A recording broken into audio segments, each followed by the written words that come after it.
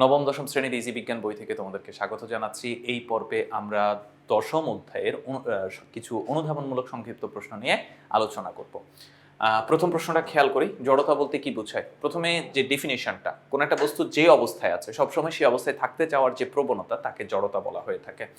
তো বল প্রয়োগ না করা পর্যন্ত বস্তু যে অবস্থায় আছে সে অবস্থায় থাকতে চাওয়ার যে প্রবণতা তাকে জড়তা বলে। কোনো বাহ্যিক বল প্রয়োগ না করলে স্থির বস্তু স্থির থাকবে এবং সমবেগে চলতে থাকা বস্তু সমবেগে চলতে থাকবে। জড়তার এই ধারণাটি মূলত নিউটনের প্রথম সূত্র থেকে বোঝানো হয়েছে। আচ্ছা, জড়তা জিনিসটা কি, যেটা বললাম যে একটা বস্তু যে অবস্থায় আছে সে ঘুরতেছে, সে ঘুরতেই থাকবে, সে চলতেছে, সে চলতেই থাকবে, সে দাঁড়িয়ে আছে, সে দাঁড়িয়ে থাকবে, এবং যে যেই বেগে চলতেছে সে সেই বেগেই চলতে থাকবে। এই যে একটা বস্তু যে অবস্থায় আছে সবসময় সেই অবস্থায় থাকতে চায়, এই যে প্রবণতা, এই যে ইচ্ছা, তাকে জড়তা বলে। সে অবস্থায় থাকতে চায়, এটার ব্যাখ্যাটা কি বা এটার প্রবণতাটা বুঝবো কিভাবে? সেটা বুঝার উপায় হচ্ছে কি, যে একটা জিনিসকে তুমি ধরো হচ্ছে দাঁড়িয়ে আছে, তাকে তো ধাক্কা দিতে বল প্রয়োগ করতে হচ্ছে। মানে কি, বল প্রয়োগটা কেন করা হচ্ছে? কারণ তুমি ধাক্কা দেওয়ার সময় সে তার বিপরীতে একটা বাধা দিচ্ছে না, আমার সরানো যাবে না। এই যে সে সরানো যাবে না, এই যে ইচ্ছা পোষণ করতেছে আমি এই জায়গায় আছি, এটাকে আমরা মূলত জড়তা বলে থাকি বা ইংলিশে ইনার্শিয়া বলে থাকি। গাড়ির চালককে সিট বেল্ট পরতে হয় কেন? গাড়ির চালকের সিট বেল্ট ব্যবহার করা জরুরি কেন? খেয়াল করো, বিষয়টা একটু বুঝো। একটা গাড়ি যখন চলে, গাড়ির ভেতরে যতগুলা মানুষ আছে প্রত্যেকে কিন্তু গাড়ির সাথে একই বেগে চলতে থাকে। এখন তুমি যখন হঠাৎ করে গাড়িটা ব্রেক করো, তখন কি হয়? সে তো তার ওই যে জড়তা বজায় রাখতে চাইতেছে, সে চলতেই চাইতেছে। যার ফলে কি হয়, গাড়ি ব্রেক করলে গাড়ির সাথে আমাদের শরীরের যে অংশটা লেগে আছে সেটা হয়তো থেমে যায়, কিন্তু উপরের অংশটা সে তার জড়তা বজায় রাখতে চায়, সে চলতে চায়। যার ফলে কি হয়, ধুপ করে সামনের দিকে ঝুঁকে পড়ে। এখন ড্রাইভার যখন গাড়ি চালায়, সে ধরো হচ্ছে এইভাবে গাড়ি চালাচ্ছে চালাচ্ছে, সামনে হঠাৎ করে একটা ব্রেক করলো। ব্রেক করার ফলে কি হবে, তার জড়তার কারণে সে অনিচ্ছা সত্ত্বেও সামনে প্রচণ্ড বেগে ঝুঁকে যাবে।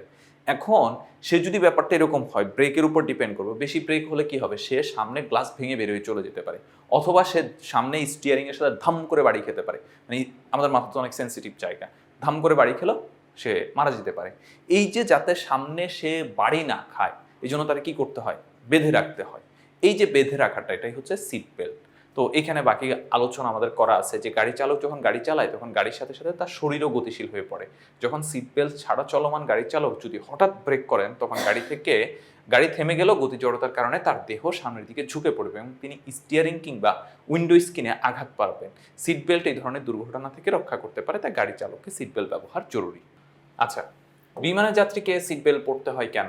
এখানে তো সেম কথাবার্তায় একটু আগে আমরা যে আলোচনাটা করলাম, মানে বিমানও তো গতিশীল থাকে, তাহলে বিমানের ভেতরে যারা আছে তারাও তো গতিশীল থাকবে। বিমান তো দিক পরিবর্তন করে, আপস ডাউন হয়।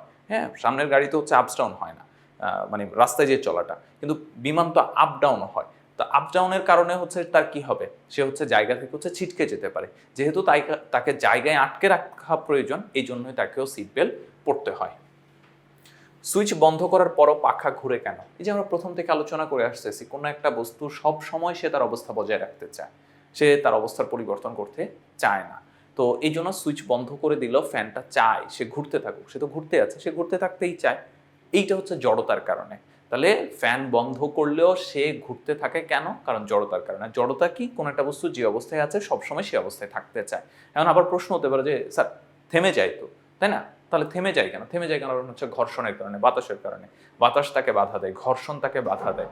কিন্তু যখন আমরা ইলেকট্রিসিটি সাপ্লাই দিই, তখন এই বাতাস এবং ঘর্ষণটা ওভারটেক করেই হচ্ছে সে চলতে পারে।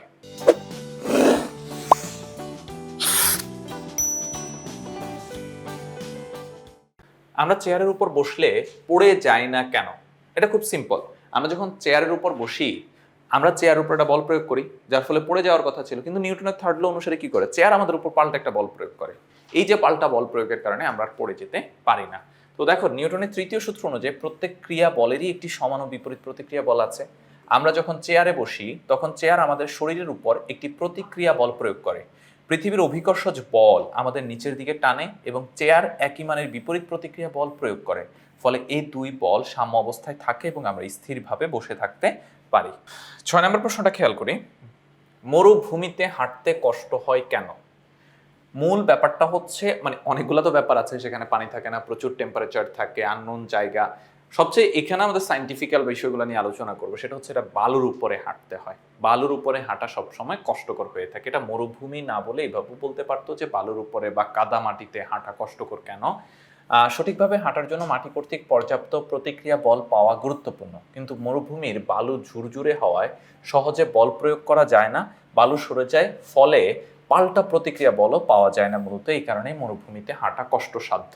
মানে ব্যাপারটা হচ্ছে আমরা হাঁটি কিভাবে, এটা একটু মনোযোগ দিয়ে খেয়াল করলে দেখবা যে সবসময় পেছনের পা দিয়ে মাটির উপর আমরা একটা বল প্রয়োগ করি, সেই বলের প্রতিক্রিয়া বল রিসিভ করে পাটাকে সামনে দিই, এইভাবেই কিন্তু আমরা হাঁটি। এখন যদি মাটি আমাদেরকে প্রতিক্রিয়া বল না দেয় তাহলে হাঁটা আমাদের জন্য অসম্ভব হয়ে যেত। তো বালুর ক্ষেত্রে যেটা ঘটে, বালু যেহেতু হচ্ছে ঝুরঝুরে থাকে, ছড়িয়ে যেতে পারে, এই জন্য আমরা বল প্রয়োগ করলে সেটা স্টেবল হয় না, ভালোভাবে বল প্রয়োগ করা যায় না, তাই ভালোভাবে প্রতিক্রিয়া বল পাওয়া যায় না বলে হচ্ছে হাঁটাটা কষ্টকর হয়ে পড়ে। চাঁদ পৃথিবীকে কেন্দ্র করে ঘোরে কেন? খুব সিম্পল, আমরা বলেছিলাম যে পৃথিবীতে প্রত্যেকটা বস্তু একে অপরকে নিজের দিকে আকর্ষণ করে। এখন পৃথিবী চাঁদকে আকর্ষণ করে, চাঁদ পৃথিবীকে আকর্ষণ করে, কিন্তু পৃথিবী যেহেতু চাঁদের থেকে বড় তাই পৃথিবীর আকর্ষণ বলটা বেশি হয়ে থাকে। এই আকর্ষণ বলটা বেশির কারণেই হচ্ছে মূলত চাঁদ পৃথিবীকে কেন্দ্র করে ঘোরে। সৃষ্টি জগতে সকল বস্তু তাদের ভরের কারণে একে অপরকে যে বলে আকর্ষণ করে তাকে মহাকর্ষ বল বলে। পৃথিবীও তার সর্ববৃহৎ ভরের কারণে চাঁদকে নিজের দিকে আকর্ষণ করে। অন্যদিকে চাঁদের নির্দিষ্ট বেগ আছে, ফলে এটি সরল রেখে এগিয়ে যেতে চায়। এই দুইয়ের সমন্বয়ে চাঁদ পৃথিবীকে কেন্দ্র করে ঘুরতে থাকে। মানে ব্যাপারটা হচ্ছে এরকম, ধরো এটা হচ্ছে পৃথিবী, তো চাঁদ ধরো এখানে, তো চাঁদ চায় এদিকে সোজা চলে যেতে, কিন্তু পৃথিবী ওরে কি করে, পৃথিবী ওর এইদিকে টানে, তখন সে একটু বাঁকে, সে চায় এবার এই দিক বরাবর চলে যেতে, তো পৃথিবী আবার তাকে টানে, তখন সে কি করে, এইদিকে বেঁকে যায়, তারপর পৃথিবী আবার টানে, তখন সে এইদিকে বেঁকে যায়। এই যে টানটা কন্টিনিউয়াস আছে, কিন্তু চাঁদ সবসময় চলতে চাইতেছে, এইভাবে ঘুরতে ঘুরতে একটা বৃত্তাকার পথ তৈরি হয়। এই জন্যই মূলত পৃথিবী তার বেশি ভরের কারণে চাঁদকে নিচের দিকে টানে। চাঁদ চায় সরল রেখায় চলে যেতে, কিন্তু পৃথিবী তাকে টেনে নিচের দিকে রেখে দেয়, ফলে পৃথিবীকে কেন্দ্র করে ঘোরে। মহাকর্ষ বলের কারণে গ্যালাক্সির ভেতরে নক্ষত্ররা ঘুরপাক খায়, ব্যাখ্যা করো। গ্যালাক্সির প্রতিটা নক্ষত্র একে অপরকে মহাকর্ষ বল দ্বারা আকর্ষণ করে। এছাড়াও সব নক্ষত্রের মধ্যে একটি সম্মিলিত আকর্ষণ বল কাজ করে, যা তাদেরকে গ্যালাক্সির কেন্দ্রের দিকে টানে। এই দুইয়ের সমন্বয়ে নক্ষত্রগুলো কেন্দ্রে পড়ে যায় না, একে অপরের সাথে সংঘর্ষ হয় না, বরং গ্যালাক্সির ভেতরে ঘুরপাক খাচ্ছে। তাহলে বুঝতেই পারতেছো যে প্রতিটা নক্ষত্র একে অপরকে মহাকর্ষ বল দ্বারা আকর্ষণ করে, সেটা আমরা প্রথম থেকে অনেকবার বলে আসতেছি। এছাড়াও সব নক্ষত্রের মধ্যে একটি সম্মিলিত আকর্ষণ বল কাজ করে, যা তাদেরকে গ্যালাক্সির কেন্দ্রের দিকে টানে। এই দুইয়ের সমন্বয়ে নক্ষত্রগুলো কেন্দ্রে পড়ে যায় না, একে অপরের সাথে সংঘর্ষ হয় না, বরং গ্যালাক্সির ভেতরে ঘুরপাক খেতে থাকে। তো এই ছিল আমাদের এই পর্বে আলোচনা। পরবর্তী পর্বে অন্যান্য অনুধাবন প্রশ্নগুলো নিয়ে আলোচনা করব। সবাইকে পরের পর্বের আমন্ত্রণ রইল, এবং যারা ইজি বিজ্ঞান বা ইজি সায়েন্স বই সংগ্রহ করেন খুব দ্রুত সংগ্রহ করে ফেলবে।